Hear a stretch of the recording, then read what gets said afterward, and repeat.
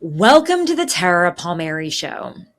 The Epstein case is all about the drip, drip, drip, as I've long been saying. It's about all those new details that come out and reveal just how intertwined the most powerful people in the world were with Jeffrey Epstein. If it's not the leaked emails from earlier this week that showed the Duchess of York, Sarah Ferguson, praising her supreme friend, Jeffrey Epstein, after she publicly disavowed him for being a pedophile. She says, "I'm so sorry that I used the P word, but I want to continue having children's charities and writing children's books."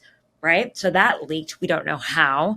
And now it's the release of files from the Epstein estate by the House Oversight Committee. And these are phone messages, flight logs, itineraries, schedules, and they just really put together a picture of all the people in Jeffrey Epstein's world, especially after 2008, when he was a sex offender, when he had already spent time in prison jail because of the sweetheart deal, but for procuring a minor for prostitution. So these are all men who still chose to associate with Jeffrey Epstein after that period of time.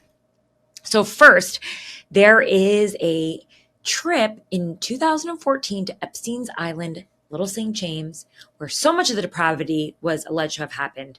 And it looks like from the schedule, Elon Musk was scheduled to go there. It says TBD. So we don't know if he ultimately ended up on the island, but we know he was considering going in 2014. We also see on Epstein's schedule a lunch in 2017 with Peter Thiel, who is a major Trump donor, a major GOP donor. He was backing JD Vance as well. And then there's a meeting just months before Jeffrey Epstein was arrested in 2019 with Steve Bannon, one of Trump's top advisors. Remember, he was in the White House just a year earlier. And so they were scheduled to record an interview, one that we've never heard before, by the way, but they are sort of these tapes that everyone wants to hear from. Of course, Prince Andrew is in the files, this time on a flight to the island in 2000. This guy really couldn't get enough. No wonder our last guest, historian and biographer Andrew Lowney, described him as a sex addict. You should check out that episode. It is from earlier this week with Andrew. And it is truly pretty revolting when you see the web between Prince Andrew, Sarah Ferguson, and Jeffrey Epstein. And of course, there's a Bill Gates cameo, you could call it. Jeffrey Epstein was supposed to go to a party with Bill Gates, according to the schedule, in 2014. So it just shows you how all of these powerful people, many of them very close to President Trump, are intertwined with Jeffrey Epstein and why they wouldn't want these files released. Okay, but for this episode, I am going to dig into the Supreme Court and whether they'll take up Ghislaine Maxwell's appeal on Monday. They're meeting in private to discuss this. And I've brought in legal expert Elie Honig, a former prosecutor in the New York Southern District. And he's now on CNN and he is on Sirius XM radio. And he's got a new book coming out, which we'll talk about as well. But he's going to explain why he thinks she has a better chance than most of having her case overruled because of that sweetheart deal that former U.S. Attorney Alex Acosta signed in 2008. Honig will break down her chances, her arguments, and what happens if she wins. He's also going to give us a high-level take on the perjury charges that President Trump's DOJ has weighed against former FBI Director James Comey. Elie, I love the name of your book, When You Come at the King, inside the DOJ's pursuit of the president from Nixon to Trump. And it's a deep dive into special counsels throughout history. And you really have an interesting quote that you start with from Rod Rosenstein, where you talk about how every special counsel starts with a sterling reputation, but rarely ends with one. Yeah. And I definitely want to get into that with you. But first, I want to talk about some news. The Supreme Court will decide on Monday. They have a scheduled private conference to consider Ghislaine Maxwell's appeal. And I'm just wondering, what are the chances that they'll even take this up, that they'll look at her case again? So I did a dive on this and I wrote a piece a few weeks ago for New York Magazine. I would say it's unlikely they'll take it, but substantially more likely than the average case. So I'm not sure people understand this. You don't have an automatic right to go to the Supreme Court. Nobody does. Even Trump says, I'm going to the Supreme Court. The president doesn't have. It's up to the U.S. Supreme Court which cases they take. You'll hear the word certiorari, and that basically means, will the court take the case? Will the court grant review? If you look at the data, the Supreme Court in recent years takes 2 to 3% of all cases presented to it. So yes, a tiny fraction. I had no idea. Yeah, it's really, really low. And so even if you say Ghislaine Maxwell has 10 times that average chance, she's at 20 to 30. And I think that's about where I would peg it, 20 to 30% chance if I had to put a number on it, because the issues she raises are both unusual and there's a bit of what we call a circuit split, meaning there's 13 circuit courts of appeals, 1 through 11, and then there's DC, and then there's the Federal Trade Circuit.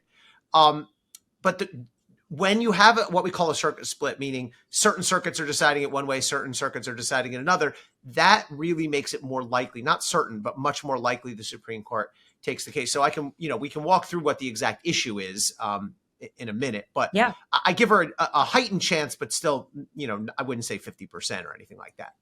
How did she even get to this place where they're considering her in a private meeting? I mean, that's incredible to me. Yeah, I think a lot of political. So here's the thing to understand. No, I don't think it's political. The thing to understand is this is a purely legal issue that actually would apply the exact same if she was charged with robbery or drugs, if she was unknown. It happens that she's Ghislaine Maxwell. It happens that she's part of the Epstein case and therefore the center of a huge amount of attention. But here's the legal issue, and it's sort of a strange one, but it actually touches on a case I did, believe it or not, when I was a mob prosecutor. So it goes back to the original plea deal that Jeffrey Epstein signed back in, was it 07 or 08, right? He gets his sweetheart deal. Right. So the infamous sweetheart deal from Alexander Acosta, who's then the U.S. attorney for Florida. The deal basically says he's going to go plead guilty in state court, which he ended up doing, and he got 13 months. The ridiculous thing where he's out of prison on work release and all this. But federally, the deal he gets is technically a non-prosecution agreement. It says, we will not prosecute you federally. One of the terms of that deal says it also, your co-conspirators will not be prosecuted federally. And then oddly, it lists 4 names, not Ghislaine Maxwell, but it also says, and any other co-conspirators. So named and unnamed is the actual wording. Exactly. So now Ghislaine Maxwell and she argued in the district court, meaning the trial court, and the Court of Appeals, and lost. She said, well, I'm one of those co-conspirators, according to the government.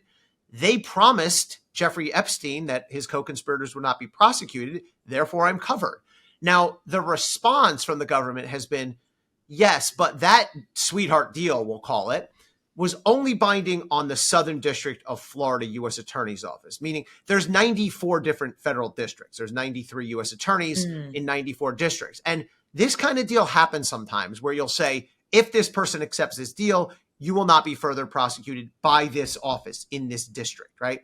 So the argument that usually wins, that won here, is, well, that deal's binding on Florida, Southern District of Florida. They can't recharge you, but other districts can. And of course, the second time around, Ghislaine Maxwell was prosecuted by my old office, the SDNY.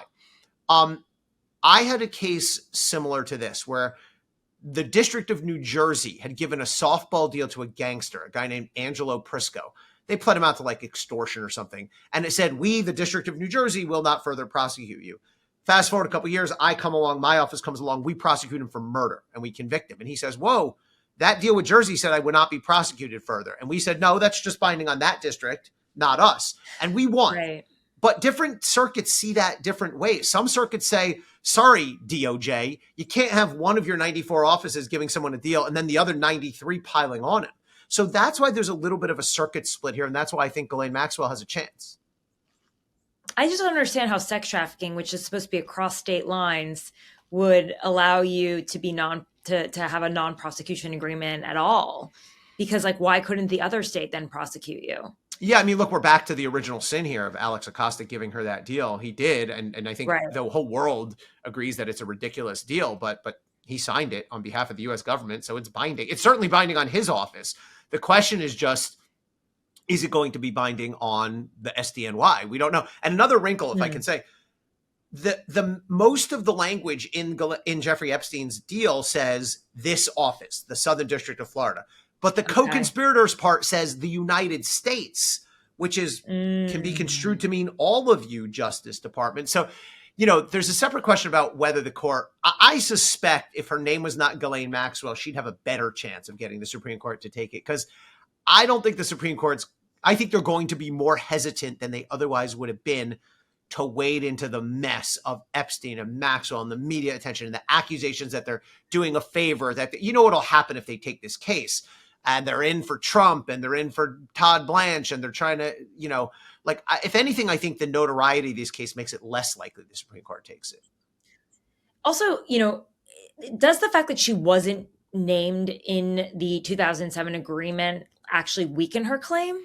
No, because it says others known. And I mean, I guess it would be slightly stronger if her name was listed, but the government is not saying, yeah, but you're not one of those co-conspirators. They're saying, of course she's one. They charged her as one of the co-conspirators. They're just saying this deal doesn't apply outside the Southern District of Florida. You're not entitled to use it against us in New York.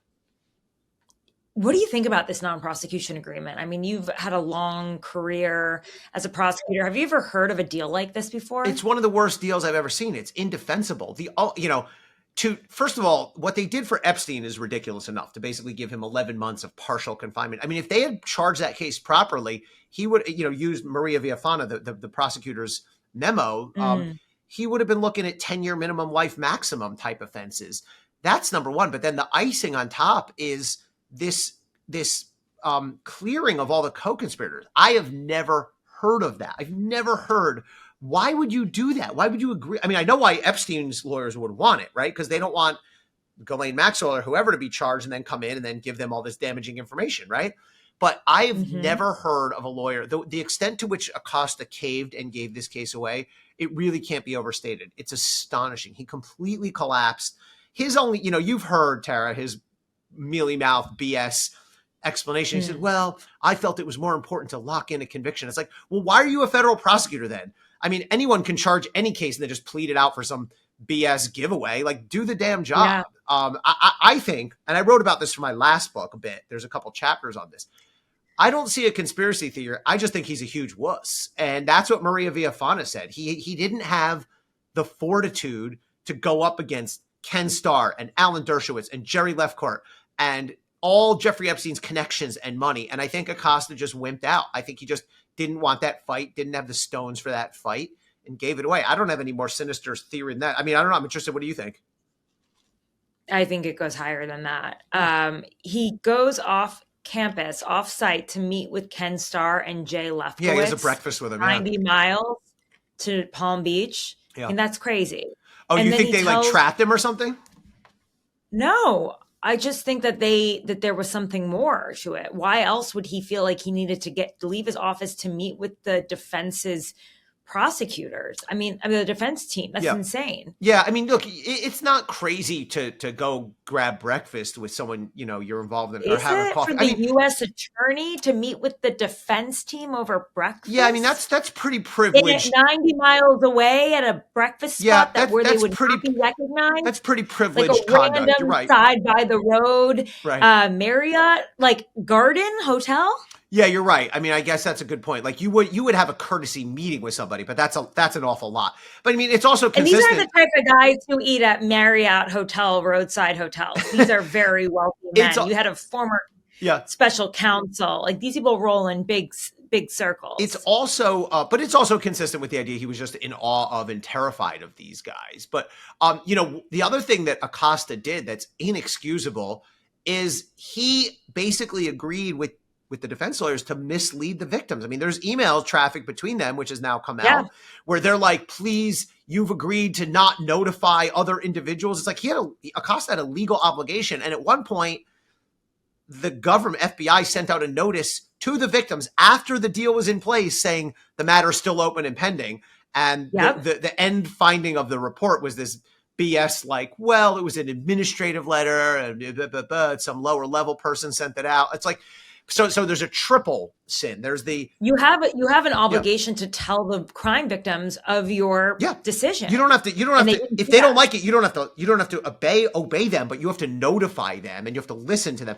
But I mean, there's 3 layers of outrage here. There's giving Epstein a ridiculously soft deal, giving the co-conspirators, including Maxwell, potentially a free pass, and then screwing over the victims. And Maxwell, to this day, that deal, that's Maxwell's hook to get this thing up to the Supreme Court.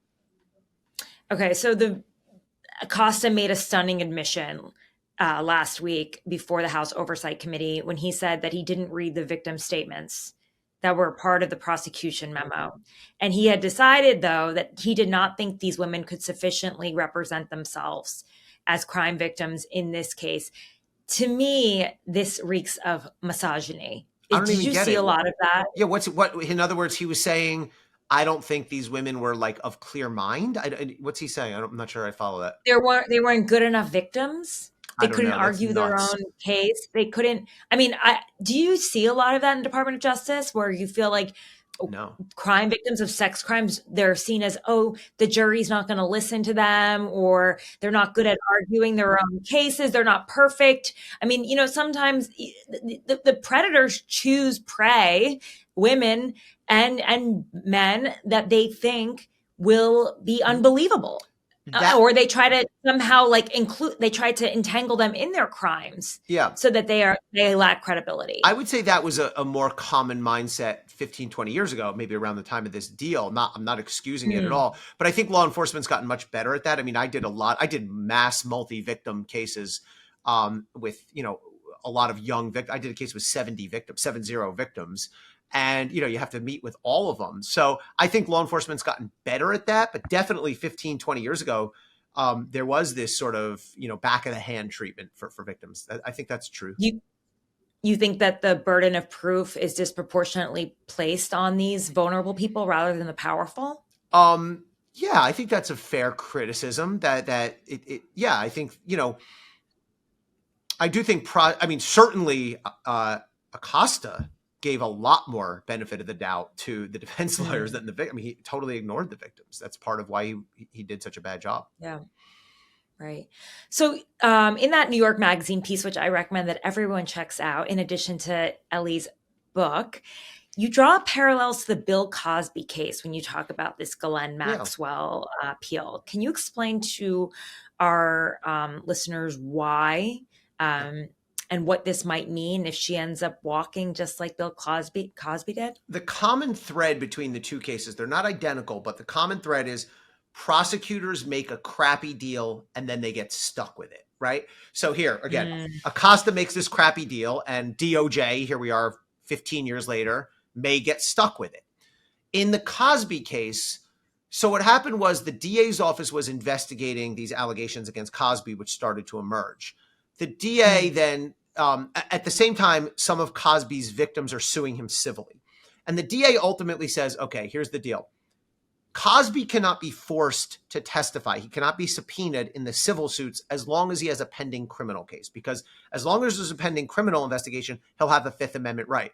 But if I notify Cosby formally that we've closed down the criminal investigation, then he won't have a Fifth Amendment right. Then he'll have to go in and testify in these civil cases. And so they basically make a deal that the DA tells Cosby, we're going to dismiss, he didn't ever charge him, we're going to end our criminal investigation. That means you won't have a Fifth Amendment right anymore. That means you'll have to testify. Cosby does that. After the DA certifies that the case is over, Cosby goes, testifies in the deposition and makes outrageous admissions. He says basically, yes, I would he admits the whole thing. And then the DA's office, and here's where the going back on the deal comes in. The DA's office says, whoops, now we're changing our mind. Now we are going to charge you and we're going to use your testimony against you. And ultimately the Pennsylvania Supreme Court, in a painful decision, they even said, we have no joy in this. I think it was a 4-3 decision, says look, he's definitely guilty. He did horrible, horrible things, but sorry, DA's office, you tricked him. You basically told him no criminal investigation. He waives his Fifth Amendment right. He testifies. Then you change your mind. You grab that testimony and use it. And honestly, as much as it pains all of us to see Bill Cosby go free, it's the right decision because you can't make a deal and then go back on it. I mean, it's a contract, it's a deal. And especially when you're a prosecutor, you can't be tricking people and making promises to get a deal and then taking it back. It doesn't work that way. Do you think Maxwell will use that argument too? Yeah, I mean, I'm not sure she'll cite the Cosby case, but I think the general principle of they made a deal, like it or not, fair or not, they signed their name. Alexander Acosta, when he had the pen to sign for the U.S. government, signed that deal. And it doesn't go away just because Ghislaine Maxwell is bad or Alex Acosta is an idiot. It's still a deal. Yeah. Okay. So if, say, the Supreme Court throws out Ghislaine Maxwell's conviction, what happens next? Is she retried? No. In this case, if they throw it out, then their ruling would be that agreement is binding on DOJ, and hence they can't charge her again. And she'll walk out if the Supreme Court. Yeah, this won't be a retrial. The nature of this is she's arguing that deal's binding on me. It doesn't mean she gets a new trial. It means she has the right to not be tried at all. Wow. Yeah. And you don't think politics will have anything to do with it since the court has changed so much? I mean, I'm involved. That would require a little bit of tea leaf reading, but I just think this court is going to, like I said, if her name was just Ghislaine Johnson or something, I think she'd have a better chance. But I just don't think, why do they want to wade into the messiest, most controversial, ugliest case? And if they rule in her favor, even if they believe she's right legally, like, look, the 3 liberal justices are not going to want this. That's a fact. No. And I think Roberts, the last thing he's going to want is any kind of, he's going to be allergic to any involvement in this case.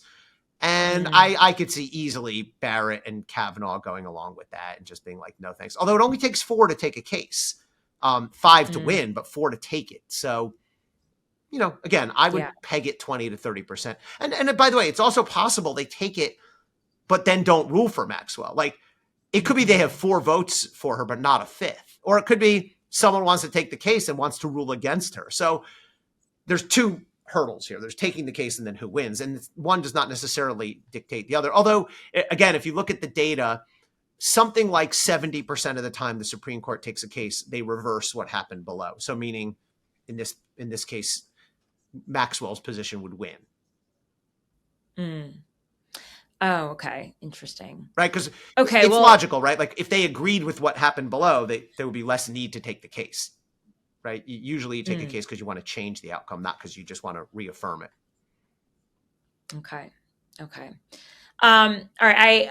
I know we're short on time, so I want to get to the book. Yes. And in fact, you do write about some of the characters in the Epstein story in your book, like Ken Starr, who was Epstein's famous lawyer, also a special counsel. And Elie's book, When You Come with the King, is about special counsels and how they often become their reputations are sullied from this experience of having to prosecute a president. So tell me about Ken Starr and what you thought was, what could be learned from that. Ken Starr, I think, has become the poster child for prosecutorial overreach for what he did in the Clinton case. And I talked to, he passed away a couple years ago, but I talked to Clinton's lawyers, David Kendall and Lanny Brewer, who was a White House lawyer. I also talked to this guy, Saul Weisenberg, who was the number 2 guy to Ken Starr. Remember that Ken Starr, you're too young, Tara, but for the first 3 or 4 years, all he was commissioned to investigate was Whitewater, these land deals and real estate deals in Arkansas. Yeah. And they got a bunch of the Clintons' legal associates and bankers, but he didn't get the Clintons. And it was clear he wasn't going to. And both of Clinton's lawyers said to me, this guy was just hanging on for dear life. He knew it was over. He knew he had nothing. He was just praying. And the way Lanny Brewer, who was a White House lawyer, put it to me, he said, and all of a sudden Monica Lewinsky hits, and it was like manna from heaven for this guy. And Saul Weisenberg. Who didn't have a case. What's that? Sorry? They didn't have a case, basically. He had nothing on the Clintons on Whitewater, but all of a sudden this affair with an intern. And Saul Weisenberg, who was the number 2 guy on Starr's team, told me, he said, I had a detail that was set to expire in February of 98. So I was packing my bags. When Monica hit in January of 1998, I thought, ooh, now this is interesting. And he extended because he wanted to stay. Of course, it resulted in all the memorable moments. One of the memorable moments I have is the infamous moment where Bill Clinton is being deposed on videotape for the grand jury in the White House. And he says, it depends on what the meaning of is, right? A famous moment. Saul Weisenberg's the guy who actually asked Bill Clinton that question about a lawyer's statement that there is no sexual relationship between Clinton and Lewinsky. Basically, Clinton's like, well, is a present tense verb. And we're, this is what he said, but he was like, we're not having an affair right now. That was his rationale. But I asked Weisenberg, I said, how did you feel when he gave you that answer? And Saul said to me, I got to be honest with you, up to that point, he was kicking our ass. We didn't get anything out of him. He was in control. Saul said, I was so frustrated, I didn't realize, but I was like pounding the table. And Ken Starr leaned over, this is in the White House, and Ken Starr leans over to me and said, knock it off. And then, I asked David Kendall, who was Clinton's lawyer, and he said, we were trying to run out the clock, basically, and that answer was really bad. But, I think in retrospect, Starr ran a 6 or 7 year investigation. It resulted in a very unpopular, unsuccessful impeachment. And after and largely as a result of Ken Starr's investigation, that law, it was set to expire in 99. And Congress, by bipartisan agreement, was like, nobody wanted any part of it. Everybody was pissed. Democrats were pissed that it had been used against Clinton. Republicans were pissed that it had backfired on them. And so they let that law die. And that's how we ended up now with the current regulations. So I think Starr's a cautionary tale that runaway prosecution is good for nobody, including the prosecutor. I mean, you reveal that Starr's team wanted to indict Clinton post-presidency. Well, we're now close what to. We know about they were close to. Yeah, I talked to this guy Bob Ray, who took over the investigation after the impeachment. Starr just left, and Bob Ray, he's got to deal with this unenviable scenario. It's coming up in the end of 2000, and Ray said, "Look, we had to have a resolution because we technically could have still charged him." Bob Ray has this face-to-face meeting with other lawyers present, but him and Clinton 5 feet apart in the White House, and basically Ray says, "Look, I don't need a lot from you, but I need a fine. I need an acknowledgement that you lied, and I need you to give up your law license." And Clinton ended up agreeing to that on his final day of his presidency. But I asked Bob Ray, I said, if Clinton had not agreed to that, would you have indicted him? And Bob goes 95% of the way to saying yes. He doesn't quite, but he says, look, we had all the pieces in place if we needed to seek an indictment. But I said, Bob, are you nuts? He would have been acquitted in 2 seconds. In 2001 in DC, his popularity was 66%. Probably 90% in DC. Yeah, he left. It's hard to imagine a president with that kind of popularity now, right? Bill Clinton left office in January of 2001 with a 66% approval rating, the highest ever, and certainly the highest still to this day. And Bob said, yeah, I knew we probably wouldn't have convicted him, but I felt like it would have been the right, he deserved to be indicted if he didn't take the deal. So he did take the deal, but Ray made an interesting point. He said, I'm glad it worked out. He said, I think we did the right thing, because imagine if we had indicted Bill Clinton. It could have been that 9 months later, we might have had a very popular former president on a criminal trial when 9/11 happened. Like, imagine the disarray in the country if that all had went down. So I think some people might be thinking the same thing about the decision to go after President Trump and how it made him more popular after all. Yeah, I mean, I think there's a lesson there. And I have a chapter in there. I talked to Trump's team. I talked to John Lauro. And look, I think the way that those prosecutions were handled, Tara, I'm not, I mean, I thought Trump deserved to be indicted on some of those cases, but I thought others were overkill and mishandled. And I make that case in the book. And I think it was to nobody's benefit other than Trump in the end. Yep. We talked about the big names on Epstein's legal team, like Alan Dershowitz, Ken Starr, Jay Lefkowitz, Lefcourt. They lobbied furiously for that deal. From your experience as a prosecutor, and they even went all the way up to the Attorney General's office. Yep, they kept going up the chain, yeah.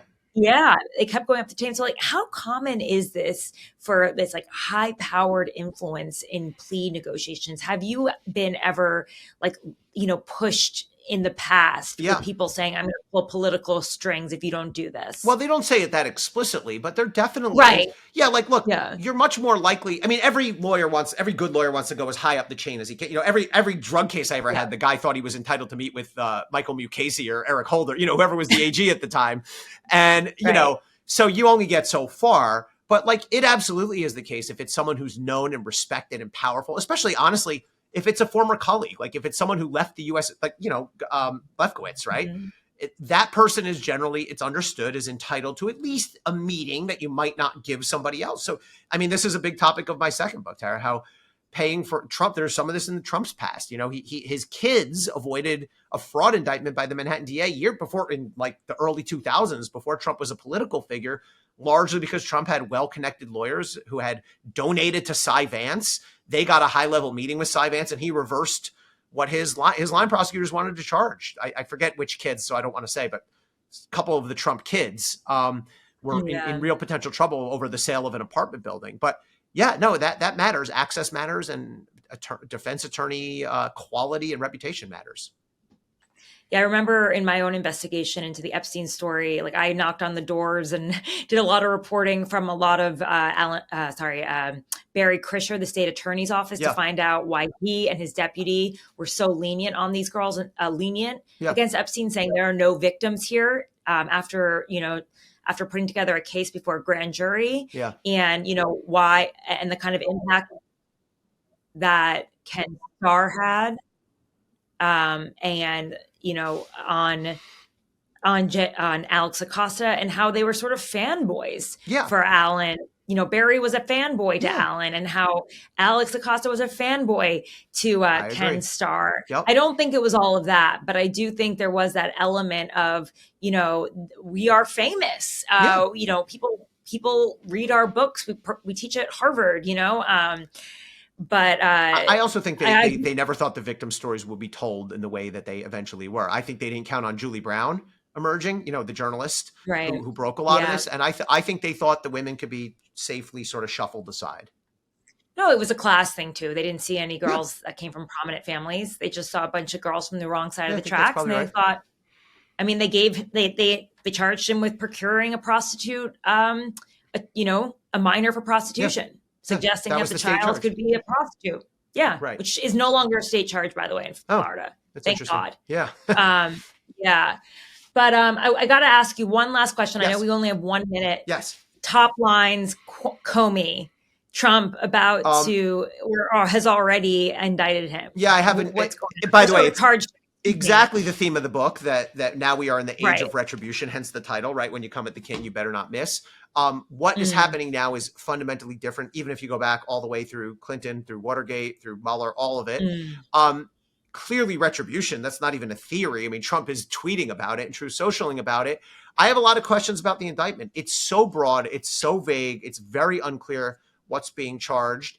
I put a lot of stock in the fact that all the career prosecutors on this case, this guy, Eric Siebert, who was a Trump appointee and a Trump, supporter, Todd Blanche, who is, I know, but, he's been very loyal to Trump. All the reporting is those guys were not on board with this indictment. I think they stretched.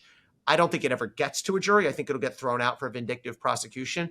And if it gets to a jury, unless there's some shocker that nobody's ever uncovered before in all the extensive investigations, I'm not sure I see a makeable perjury case against Jim Comey. So look, I'm not a Comey fan. He comes in for quite a bit of criticism in my new book. I think he's an example of what happens when you have a runaway, self-aggrandizing guy at the head of what was the Hillary Clinton investigation. But it doesn't matter whether I'm a fan of his or not. I think he's been wronged here. Yeah. I think they purposely, I'm sure Trump hates Comey, but they also knew that it was hard for Democrats to really love him and protect him. Right. Well, yeah. Now people are rallying. So yeah, that's true. Yeah. I wonder if it'll break through for the midterms though. Yeah, I don't know. It's always hard to tell what's going to resonate. There's still a year and change away. So who knows? Yeah, exactly. Yeah. And people don't tend to vote on that. They tend to vote on the economy. I had David Axelrod on with me this morning on Sirius XM. And he said the same thing. He said, look, this is important, but ultimately what drives viewers is those pocketbook issues. So, and Axe knows. So. Exactly. Well, Elie, thanks so much for joining the show. We got that small slice of time with you, and everybody go out, buy the book. When you shoot for the king, or was it when you come at the king? Yes. Come at the king. Yeah, the famous line by Elie Honig. You can see him on CNN everywhere and on Sirius. So thanks for joining the show and making this all clear. Great to be with you.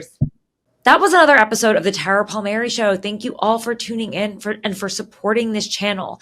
If you like my work, please go to tarapalmeri.com and sign up for my newsletter, The Red Letter, where you can get all my exclusive news and investigative reporting straight to your inbox. It's also a way to support my independent journalism by becoming a paid subscriber. Please like, review, rate, and share this show with your friends. That's how we keep this going, right? I also want to thank my team, my producer, Eric Abenate, Adam Stewart, who does my thumbnails, and Abby Baker, who does research and reporting. I'll be back again soon.